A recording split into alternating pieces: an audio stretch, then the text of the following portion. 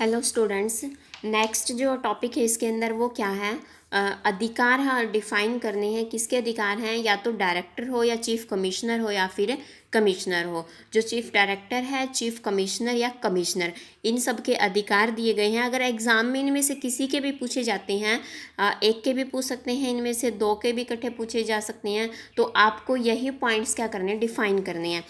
इनके क्या क्या अधिकार है, जो ये अथॉरिटी इनकम टैक्स डिपार्टमेंट द्वारा जो ये अथॉरिटी नियुक्त की जाएंगी, तो जो डिपार्टमेंट है वो डिपार्टमेंट ऐसे व्यक्तियों को क्या कुछ अधिकार भी देता है। तो वो अधिकार, इनकी नियुक्ति हमेशा सेंट्रल गवर्नमेंट द्वारा की जाएगी और इनके पास निम्नलिखित अधिकार होंगे। फर्स्ट क्या है, नियुक्ति का अधिकार। केंद्र सरकार अधिकृत कर देगी, सेंट्रल गवर्नमेंट इनको ये अथॉरिटी देगी कि आप लोग अपने से नीचे के जो पदाधिकारी हैं उनकी नियुक्ति कर सकते हो। तो इनको ये जो अधिकार है, ये अथॉरिटी है, ये सेंट्रल गवर्नमेंट से मिलेगी। इसके बाद स्टाफ की नियुक्ति, अगर बोर्ड अधिकृत कर दें तो जो आयकर प्राधिकारी हैं अपने काम को सही ढंग से चलाने के लिए अगर इनको स्टाफ की आवश्यकता है तो ये स्टाफ की भी नियुक्ति कर सकते हैं। इसके बाद है मामले को हस्तांतरण करना, मतलब मामले को ट्रांसफ़र करना। मामले को जो ट्रांसफ़र किया जाएगा, कौन सा मामला, अगर किसी कर निर्धारण अधिकारी के पास कोई ऐसा मामला था। कर निर्धारण अधिकारी व्यक्ति कौन होता है, जो कर की असेसमेंट करता है। तो उसके पास अगर कोई ऐसा मैटर आता है तो उस मैटर को अगर किसी अन्य कर निर्धारण व्यक्ति को ट्रांसफ़र करना है तो ये राइट भी इन व्यक्तियों के पास होगा। नेक्स्ट है खोज अथवा जब्त करने का अधिकार। इसमें क्या होगा कि बोर्ड अगर अथॉरिटी देगा तो इन व्यक्तियों को कहीं पे किसी मामले को लेकर किसी मैटर से रिलेटेड या किसी ऑर्गेनाइजेशन से किसी डॉक्यूमेंट से रिलेटेड कोई खोज करनी है और उनको अपने कब्जे में लेना है, तो इससे संबंधित ये कदम तभी उठा सकते हैं अगर इनको अथॉरिटी बोर्ड द्वारा मिलेगी। कौन? डायरेक्टर, चीफ कमिश्नर और कमिश्नर। इसके बाद है जाँच पड़ताल का अधिकार। सभी प्रकार की जाँच पड़ताल कर सकते हैं। इसके संबंध में इनके पास वही अधिकार होंगे जो एक कर निर्धारण अधिकारी के पास होते हैं। सूचना प्रदान करने का आदेश देना। मुख्य कमिश्नर या कमिश्नर को करदाता के संबंध में कोई ऐसी सूचना प्रदान करने से रिलेटेड कोई एप्लीकेशन प्राप्त होती है और ये सेटिस्फाई हो जाए, हाँ ये इन्फॉर्मेशन जनरल पब्लिक के हित में है, तो ये आदेश दे सकते हैं और ऐसी सूचना को जारी किया जा सकता है, आदेश दिया जा सकता है। पुनः कर निर्धारण करने के नोटिस की स्वीकृति देना। पुनः कर निर्धारण मतलब कि असेसमेंट एक बार हो चुकी है, उसकी असेसमेंट दोबारा से करनी है, किसी इनकम की असेसमेंट पुनः करनी, दोबारा से करनी है, ऐसे नोटिस की स्वीकृति देना। तो कमिश्नर है जो इसके संबंध में कर निर्धारण वर्ष के बाद, मतलब एक कर निर्धारण वर्ष में क्या हो चुकी थी, उसकी असेसमेंट हो चुकी थी, उसके 4 वर्ष बीत जाने के बाद सेक्शन 148 के अंतर्गत ऐसा नोटिस जारी किया जा सकता है और नोटिस में ऐसी परमिशन दी जा सकती है। अगर कोई जो असेसिंग ऑफिसर है वो चाहता है कि असेसमेंट दोबारा से की जानी है तो पहले उसको परमिशन लेनी पड़ेगी और ये परमिशन देने का राइट है जो किसके पास है, कमिश्नर के पास है। इसके बाद है वापसी की पूर्ति, देय की राशि से वसूल करना। जो रिफंड है उसको सेट ऑफ कर, रिफंड जो वाली जो राशि होती है, कई बार क्या होता है कि एक व्यक्ति ने जो टैक्स की पेमेंट करी है वो एक्स्ट्रा होगी तो उसका रिफंड बनता है, व्यक्ति को वापसी देय है, तो इसके संबंध में उसको कोई और राशि भी सरकार को चुकानी है, उस व्यक्ति ने कोई और पैसा भी गवर्नमेंट को देना है और गवर्नमेंट को उसका रिफंड भी करना है। तो ऐसे पैसे की जो पूर्ति है उस व्यक्ति को देय राशि से करने का आदेश भी दे सकते हैं। भाई जो उसको पैसा देना है उससे इसको क्या कर लिया जाएगा, सेट ऑफ किया जाएगा। इसके बाद है पुनः विचार का अधिकार। अगर कमिश्नर की सम्मति में कर निर्धारण अधिकारी द्वारा दिया गया कोई आदेश गलत है, कमिश्नर को लगता है कि असेसिंग ऑफिसर ने कोई ऑर्डर दिया है और वो ऑर्डर सही नहीं है, ऐसे ऑर्डर से क्या हो रहा है, जो रिवेन्यू है गवर्नमेंट का वो रिवेन्यू के हित में नहीं है, रिवेन्यू के फेवर में वो चीज़ नहीं है, सर जो डिसीजन है जो रिवेन्यू है उसको नुकसान हुआ है, तो इसके संबंध में ऐसे आदेश पर पुनः विचार करके दोबारा से कर निर्धारण को बढ़ाना, संशोधन करना या उसको रद्द करना, इस टाइप का पुनः विचार करने का अधिकार किसके पास होता है, ये भी कमिश्नर के पास है। करदाता की प्रार्थना पर पुनः विचार करने का अधिकार, यहाँ पे तो कमिश्नर को खुद लगता है कि कर निर्धारण जो अधिकारी है उस अधिकारी ने कोई ऐसा आदेश दिया है। जो यहाँ पे क्या है कि करदाता है खुद एप्लीकेशन लगाएगा, उसको खुद को लगता है कि जो डिसीजन असेसिंग ऑफिसर ने दिया है वो डिसीजन सही नहीं है, तो ऐसी कार्यवाही से रिलेटेड जो पुनः विचार दोबारा से किया जाएगा उसके ऊपर, तो ये आदेश भी फिर कौन देगा, कमिश्नर दे सकता है। रिकॉर्ड की मांग करना कि पहले जो आदेश दिया था उसका कोई रिकॉर्ड होगा, उस रिकॉर्ड को देख के पूरे मामले की सुनवाई करके इसके बाद अगर कमिश्नर को सही लगता है तो ये दोबारा से पुनर्विचार करने का आदेश दे सकता है। अर्थदंड घटाने या माफ़ करने का अधिकार, कमिश्नर के पास क्या राइट है? अगर किसी को पेनल्टी लगी हुई है, किसी ने टाइम पर टैक्स की पेमेंट नहीं किया, कोई और मिस्टेक किया, कोई ऑफेंस किया है टैक्स के प्रोविजन से रिलेटेड और उसको पेनल्टी लगी है और करदाता ने एप्लीकेशन लगाई है कि मेरी पेनल्टी को कम किया जाए या माफ़ किया जाए, तो उसके संबंध में भी देखना ये अधिकार भी कमिश्नर के पास होगा। अर्थदंड की माफ़ी की पुष्टि, अगर इनकम 5 लाख से अधिक छिपाई गई है, इसके संबंध में पेनल्टी लगी है कि इस करदाता को किसी ने इनकम छिपा रखी थी और ऐसे जो उसने अपराध किया है, इस अपराध के संबंध में अगर पेनल्टी लगी है तो उस पेनल्टी की माफ़ी की जो पुष्टि है वो किसके द्वारा की जाएगी? ऐसा आदेश कौन दे सकता है? कमिश्नर दे सकता है। कुर्की करने की अनुमति देना, कर निर्धारण अधिकारी की सम्मति में अगर सरकारी आय को सुरक्षित रखना है, इसके संबंध में करदाता की कोई संपत्ति है वो क्या करनी पड़ेगी? जब्त करनी पड़ेगी, कुर्क करनी पड़ेगी। उसको अगर कुर्क करना पड़ जाए तो ऐसा आदेश भी कमिश्नर की अनुमति के साथ ही किया जाएगा। ब्याज में कमियां माफ़ी करना, पेनल्टी अलग चीज़ है, एक उसने टाइम पे जो पेमेंट नहीं की उस पेमेंट के ऊपर जो उसको फिर इंटरेस्ट भी देना पड़ेगा, तो उस इंटरेस्ट को माफ़ करना है या उसे कम करना है, ये अधिकार भी किसके पास होता है? कमिश्नर के पास होता है। ये प्राधिकारी किसी बही खाते संपत्ति को मांगने का आदेश दे सकते हैं जो कानून के अंतर्गत इनको ठीक लगती है। ऐसी कोई एसेट उसको मांगने का आदेश दिया जा सकता है। कर वापसी में देरी करने पर सरकार द्वारा देय ब्याज, देखो जब टैक्स की जो वापसी होगी, अगर रिफंड गवर्नमेंट वापस करती है कि इनकम जो टैक्स है वो पहले से ही ज़्यादा कटा हुआ था या ज़्यादा पेमेंट हुई है, रीअसेसमेंट होने के बाद करदाता को ही वापसी बनती है, तो उस टाइम पे गवर्नमेंट को भी जब पैसा वापस करना पड़ेगा तो गवर्नमेंट भी इंटरेस्ट देती है। अगर कोई लेट ऐसी पेमेंट करता है तो गवर्नमेंट इंटरेस्ट लेती भी है। तो यहाँ पे जो इंटरेस्ट गवर्नमेंट देगी उसके संबंध में ब्याज की गणना करने के संबंध में कितनी अवधि छोड़नी है और क्या पूरा ये जो प्रोसेस होगी किस रेट फिक्स होती है, टाइम पीरियड कितने टाइम पीरियड तक के जो ब्याज होगा वो लिया जाएगा उस अमाउंट के ऊपर, तो ये सारी चीज़ें देखने का राइट किसके पास होगा? कमिश्नर के पास। इसके बाद है जो जॉइंट कमिश्नर होता है, जो डिप्टी डायरेक्टर होता है या असिस्टेंट जो डायरेक्टर होता है, उनके पास क्या क्या राइट्स होंगे? उनके पास राइट्स होंगे, इनकी नियुक्ति भी सेंट्रल गवर्नमेंट द्वारा की जाएगी और इनके अधिकार क्या क्या हैं? सबसे पहले है सूचनाएं मांगने का अधिकार। जो जॉइंट कमिश्नर कर निर्धारण अधिकारी को करदाता से आवश्यक सूचनाएं मांगने का अधिकार होता है। अपने कार्य क्षेत्र में इनको जांच पड़ताल करने का अधिकार होता है। इनको एरिया वाइज डिवाइड कर दिया जाए कि ये एरिया आपके अंडर में आता है तो वहाँ पे कार्य क्षेत्र के अंदर किसी भी स्थान में प्रवेश करके ये क्या कर सकते हैं? सर्वे कर सकते हैं।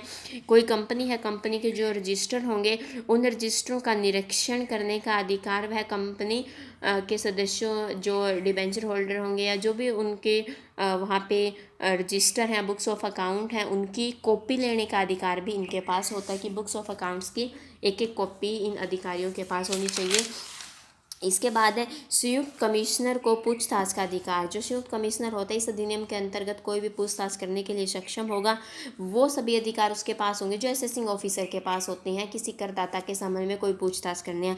रिकॉर्ड मंगवाकर जांच पड़ताल करना, संयुक्त कमिश्नर के पास अधिकार है कि कर निर्धारण की कार्यवाही के संबंध में वो रिकॉर्ड मंगवा सकता है, पूरा रिकॉर्ड मंगवा के फिर उसकी जाँच पड़ताल कर सकता है। न्यायिक अधिकार मतलब एक जो सिविल कोर्ट को अधिकार होते हैं किसी मुकदमे में क्या डिसीजन देना है उससे रिलेटेड जो कोर्ट को अधिकार होते हैं, कोड ऑफ सिविल प्रोसीजर 1908, इसके अंतर्गत जो एक न्यायालय को अधिकार है वही अधिकार इन व्यक्तियों के पास होते हैं। आय को छिपाने के संदेह पर अधिकार, यदि सहायक जो निर्देशक है या डिप्टी डायरेक्टर उसको संदेह की कार्य क्षेत्र में आने वाला कोई व्यक्ति ने लगता है कि उसने आय छिपाई है तो इनके पास जो अधिकार हैं कि जांच पड़ताल करना, रेड डालना या फिर जो एसेट मिलती है या जो भी तरीका इनके द्वारा ऑप्ट किया जाता है तो इनके पास ऐसे सभी राइट्स सेंट्रल गवर्नमेंट देती है। इसके बाद है असेसिंग ऑफिसर। असेसिंग ऑफिसर बहुत इंपॉर्टेंट अथॉरिटी होती है एक इनकम टैक्स डिपार्टमेंट की। क्यों होती है इंपॉर्टेंट अथॉरिटी? क्योंकि उस क्षेत्र में जितने भी करदाता आते हैं, जिस क्षेत्र में इसको अपॉइंट किया गया, जिस एरिया में इसको अपॉइंट किया गया है, तो उसमें जितने भी करदाता आते हैं उन करदाताओं को की असेसमेंट करना, सेंट्रल गवर्नमेंट तो असेसमेंट करके टैक्स है जो रेवेन्यू जनरेट किया जाता है, तो ये सारा काम कौन देख रहा है? असेसिंग ऑफिसर देखता है। तो असेसिंग ऑफिसर है उसके किन असेसिंग ऑफिसर का काम है जो इस डिपार्टमेंट में और किन व्यक्तियों को सौंपा जाता है। देखो, जो एडिशनल कमिश्नर होता है, एडिशनल डायरेक्टर होता है, जॉइंट डायरेक्टर है, जॉइंट कमिश्नर, जॉइंट डायरेक्टर है, असिस्टेंट कमिश्नर है, डिप्टी डायरेक्टर है, डिप्टी कमिश्नर है, असिस्टेंट जो डायरेक्टर होगा, इनकम टैक्स जो ऑफिसर होगा, इन व्यक्तियों के पास राइट्स होते हैं। इनको एरिया डिवाइड कर दिया जाता है और असेसिंग ऑफिसर का अधिकार गवर्नमेंट के द्वारा इनको दिया जाता है। तो असेसिंग जो ऑफिसर होता है, जो कर निर्धारण अधिकारी है, जिसको अधिकार होता है कि करदाता की इनकम की गणना करना, उसका टैक्स को कैलकुलेट करना, असेसिंग करना, उसके पास क्या क्या अधिकार है, उसके पास क्या क्या उसके क्या कार्य हैं। देखो, कर का निर्धारण करना, अपने क्षेत्र में आने वाले जो करदाता हैं उनके कर का निर्धारण करना कि कितना टैक्स एक व्यक्ति का बनता है। पुनः कर निर्धारण करना, अगर करदाता की कोई आय भूल से छूट गई है, कोई हानि है, छूट है, डेप्रिसिएशन अधिक दे दिया गया है, तो दोबारा से उसकी रीअसेसमेंट करने का अधिकार इसके पास होता है। जो बुक्स ऑफ अकाउंट, लेखा पुस्तकें या जो सूचनाएं हैं, करदाता से आवश्यक पुस्तकें मांगने का अधिकार होगा। गवाही लेना, किसी व्यक्ति को शपथ दिलाकर उससे गवाही या बयान ले सकता है। वही न्यायालय के अधिकार हैं जो कोड ऑफ सिविल प्रोसीजर 908 के अंदर एक सिविल कोड को जो अधिकार होते हैं किसी मुकदमे से रिलेटेड, किसी मैटर की सुनवाई से रिलेटेड, वही अधिकार एक असेसिंग ऑफिसर को होंगे। कर को वसूल करना, करदाता को जो कर लगाना, टैक्स लगाना, ब्याज लगना, कोई पेनल्टी लगनी है, भुगतान करने के लिए मांग का नोटिस जो देना होता है, उसको जो नोटिस जारी किया जाएगा वो असेसिंग ऑफिसर के द्वारा किया जाएगा। कर की वापसी, करदाता ने अगर एडवांस टैक्स या टीडीएस उसका कटा हुआ है, मतलब जहाँ पे इनकम जनरेट होती है तो इनकम मिलने से पहले ही उसका टैक्स कट गया है, ऐसी स्थिति में अगर जो कर से अधिक राशि का भुगतान अगर पहले किया गया है तो उसकी वापसी किस तरीके से दी जाएगी? कर वापसी का समायोजन करना कि वापसी बनती है, करदाता को पैसा वापस करना था लेकिन उसको गवर्नमेंट को कुछ और पेमेंट भी करनी थी, तो उसको एडजस्ट कर लिया जाएगा उस पैसे को। पैन नंबर है जो परमानेंट अकाउंट नंबर होता है, उस क्षेत्र में आने वाले जो करदाता होते हैं उनको स्थायी खाता संख्या, परमानेंट अकाउंट नंबर अलॉट करना, ये काम भी किसका होता है? असेसिंग ऑफिसर का। इसके बाद है आय का विवरण प्रस्तुत करने का नोटिस देना, किसी व्यक्ति को ये नोटिस दिया जाएगा कि आप अपनी इनकम स्टेटमेंट यहाँ पे दाखिल करें। कंपनी के रजिस्टरों की ऑडिटिंग करना, कंपनी के सदस्य हैं, डिबेंचर होल्डर हैं या और कोई रहन की गिरवी के कोई जो रजिस्टर हैं जहाँ पे सारा मेंटेन करके कंपनी रखी हुई है उसकी ऑडिटिंग करने का अधिकार भी है, निरीक्षण करने का अधिकार है और उसकी नकल लेना, मतलब उसकी एक कॉपी अपने पास रखने का, उसकी कॉपी लेने का अधिकार असेसिंग ऑफिसर के पास है। इसके बाद तलाशी लेना है, कब्जे में लेना, अपने कार्य क्षेत्र में आने वाले करदाता के स्थान पे कब्जा कर, मतलब अपने कब्जे में लेंगे, वहाँ पे रेट डाल कर अगर इनको कोई वहाँ पे लगता है कि ये संदिग्ध अवस्था में हमें ये चीज़ मिली है, कोई भी पुस्तक हो सकती है, कोई सामग्री हो सकती है जिसके ऊपर डाउटफुल जो चीज़ है उसको अपने कब्जे में लेने का। अपील करना, कमिश्नर के निर्देश पर किसी मामले में अपील में दिए गए निर्णय के विरुद्ध अपील करने का अधिकार होता है। अगर कोई भूल हुई है और उस भूल का पता लगता है तो उसका सुधार करना। तो ये सारे कार्य हैं, अधिकार हैं, ये किसके पास होंगे? असेसिंग ऑफिसर के पास। इसके बाद है कमिश्नर अपील के अधिकार। एक कमिश्नर होता है जो अपील सुनता है, मतलब अगर कोई ऐसा मैटर है जो असेसिंग ऑफिसर और करदाता के बीच में होता है तो करदाता एप्लीकेशन लगाता है, तो ऐसे एप्लीकेशन के ऊपर जो सुनवाई है वो किसके द्वारा की जाएगी? कमिश्नर अपील के पास। तो इसके पास क्या क्या राइट्स होंगे? एक मुकदमे में सुनने के समय वे सब अधिकार होंगे जो न्यायालय के कोड ऑफ सिविल प्रोसीजर 908 के अंतर्गत होते हैं। तो ये अधिकार होंगे। सूचनाएं मांगने का अधिकार होता है इसके पास, जो जिस भी मैटर में डिसीजन दिया गया है तो उससे रिलेटेड सारी इन्फॉर्मेशन, सारा रिकॉर्ड पहले मांगा जाएगा। कंपनी के रजिस्टरों को निरीक्षण करने का अधिकार भी एक कमिश्नर अपील के पास होता है। मामले के निपटान के संबंध में अधिकार होते हैं क्या क्या? वह कर निर्धारण को सेम जो कर निर्धारण किया गया है सेम डिसीजन भी वही दे सकता है। कर दायित्व कम भी कर सकता है और कर दायित्व बढ़ा भी सकता है। ये उस सिचुएशन पे और उस मैटर पे डिपेंड करता है कि मैटर किस टाइप का था। इसके बाद है अर्थदंड के आदेश को संपुष्ट करना। सेम रहेगा कि जो आपको पेनल्टी लगी हुई वो सेम भी रहेगी, रद्द भी हो सकती है, संशोधन करके अर्थदंड को बढ़ाया या कम कर सकता है। अन्य किसी दशा में वह आदेश दे सकता है जो वह उचित समझे। तो ये सारे अधिकार हैं, ये किसके पास हैं? कर जो कमिश्नर है कर निर्धारण जो इनकम टैक्स डिपार्टमेंट में जो कमिश्नर होता है, अपील जो कमिश्नर होता है उसके पास ये अधिकार है। इसके बाद है आयकर इंस्पेक्टर के अधिकार, जो लोअर रैंक पे जो अथॉरिटी होती है इंस्पेक्टर की, इनकम टैक्स इंस्पेक्टर है, उसके क्या क्या अधिकार होंगे।